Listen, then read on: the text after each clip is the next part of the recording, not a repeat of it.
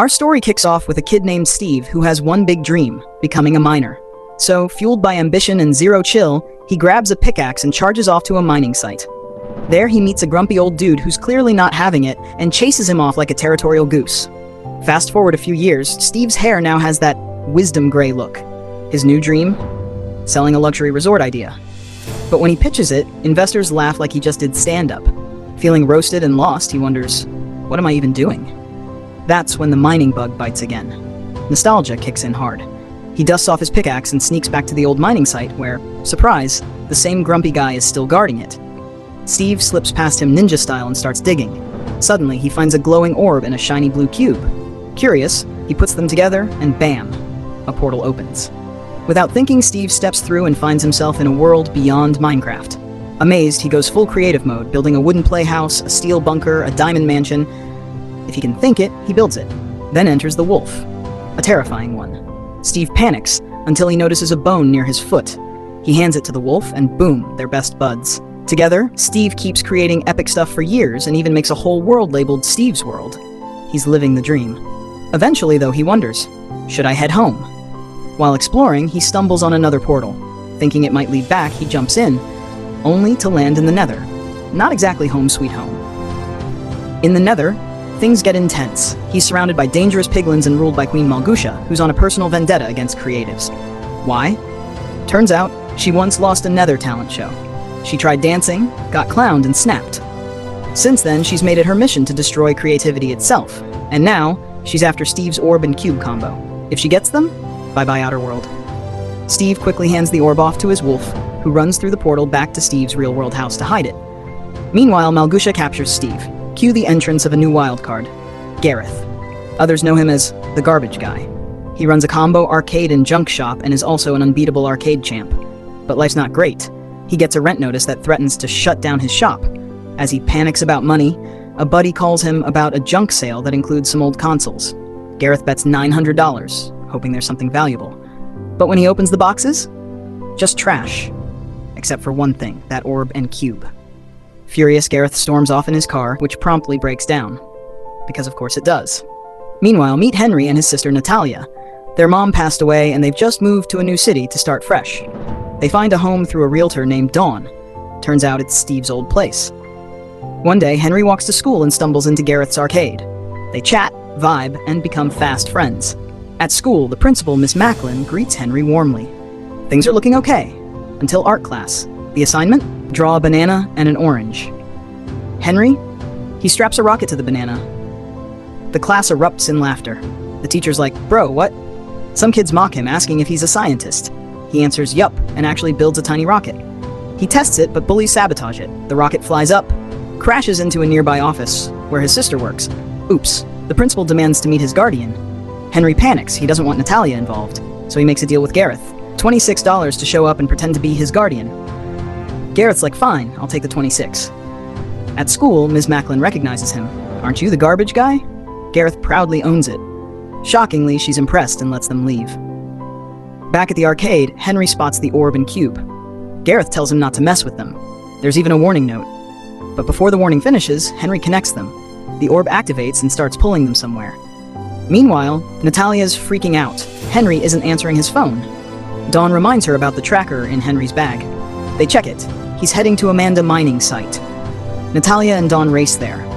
When they arrive, they see the portal wide open. Without hesitation, they follow Henry and Gareth through it.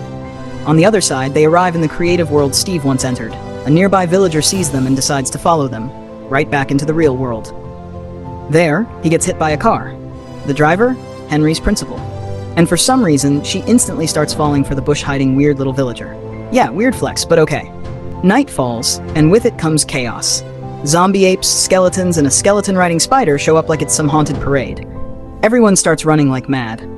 Aquaman, Gareth, falls into a pit, and Henry smacks into a tree, dropping the orb. That's when something wild happens. The tree transforms into a block. Henry connects the dots. Wait, I can build stuff here too? He jumps into creative mode and starts constructing a full-blown castle. Gareth climbs out of the pit, only to find a creeper creeping behind him.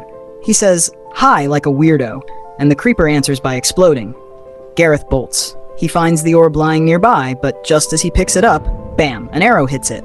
It's damaged. He grabs it and rushes into the castle Henry's building. Zombies follow, swarming the place. Things are looking grim, until Steve shows up out of nowhere and beats them all down. Skeletons burst into flames with the sunrise. Epic.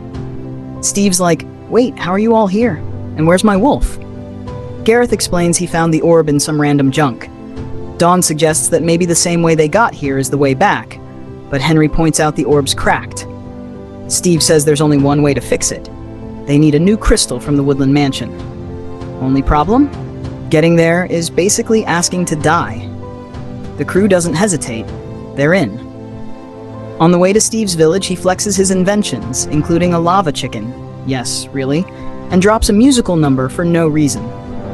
Meanwhile, Malgusha's fuming in the Nether. She gives one of her piglins a potion and sends it on a mission to steal the orb and crystal. Back in Steve's world, he shows off his house and a crafting table. He explains you can mix items to create anything. He builds a sword. Gareth, clearly feeling insecure, tries to act chill. Henry's loving this, bonding with Steve, and decides to make his own weapon, a jump gun. At the same time, Natalia and Dawn are on a quest to find a map to the Woodland Mansion. Just as they try to buy it, Nether creatures attack. The two of them take off running. While this is happening, the group somehow ends up near the Woodland Mansion. But to actually reach it, they have to get through a mining site. If they don't go now, there's no way to make it in time. Steve gives them something that could help them fly across the path. So, naturally, they send the kid flying, just in case. Luckily, it works, and they keep moving forward. They come across a redstone mining area, packed with creepers and nether piglins lurking all around. After landing, they spot a minecart nearby. All three, Steve, Henry, and Gareth, hop in. Steve explains that with redstone, they can launch the cart and make it jump ahead fast. And just like that, they're out of the mine in a blast, leaving all the monsters behind. Steve points ahead and says, "There it is, the Woodland Mansion." Before entering, Steve lays out the plan.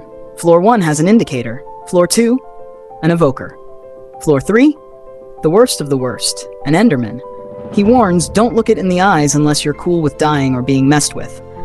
While they move forward, Natalia and Dawn are hopelessly lost. Then they spot Steve's wolf. Dawn offers it a bone, and just like before, instant loyalty. She tells the wolf, "Take us to Steve." It does. Inside the mansion, Steve and Gareth start singing again, because why not? Meanwhile, Henry sneaks up to floor 2. He's barely there when the evoker spots him and flips out. Back downstairs, Steve and Gareth are still singing at full volume to distract the evoker. It kinda works. Henry reaches floor 3. Jackpot. Tons of loot. Swords, diamonds, armor, but what he really needs is the crystal, sitting in a chest under a window. He grabs it. Just then, the Enderman shows up. It pulls its classic mind trick move, making Henry see his friends and sister as creepy ghosts. But Henry's smart. He knows this trick. He fights back and somehow defeats the Enderman, earning an Ender Pearl. Now he can teleport. But downstairs, things are getting worse. Steve and Gareth are caught by the indicator mob and forced into a gladiator-style brawl, with a zombie riding a chicken. It's not a joke. It's horrifying, but they fight like champs. Meanwhile, Henry digs a tunnel down and bursts onto the scene just as Steve and Gareth finish off the zombie chicken.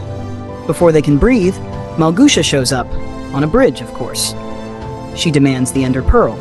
Thinking fast, Steve and Henry jump into a cart.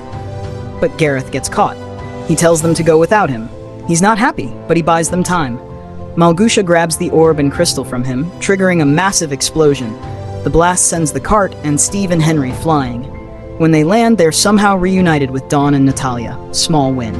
But high above them, Malgusha is opening a sky portal, summoning an entire Nether army. Steve looks around and says it's time to Minecraft their way out. Henry wastes no time. He draws an iron golem in the dirt, and just like that, it comes to life. Everyone jumps in, building a whole iron golem army. The final battle kicks off. Mobs versus imagination. It's wild. Steve, suited up in diamond armor, heads straight for Malgusha, but she's no joke. She smashes his armor like it's made of paper. Meanwhile, Henry makes a run for the orb, which is now sitting on top of a hotel. He loads the Ender Pearl into his jump gun and fires. Boom, he teleports to the roof. Just as he grabs the orb, mobs shoot him down. He's falling fast. Game over looming. Until Gareth, Aquaman shows up in a cart and grabs his hand midair. Hero move. Gareth yells, "We're ending this now!" and shot a massive bombaclat straight into the swirling sky portal. The impact causes a huge explosion. The orb and crystal separate and fall to the ground, which instantly wipes out all the nether mobs and piglins. Just like that, the tide turns. Steve takes one final swing at Malgusha and defeats her. She's done. With the orb and crystal now safe, the group creates one last portal, this time leading back home. They step through, leaving behind the chaos and pixelated madness. Alright, that's it for today's adventure. Don't forget to dream big, build wild, and hey, hit that subscribe button so we can hit 1K together. See you in the next one.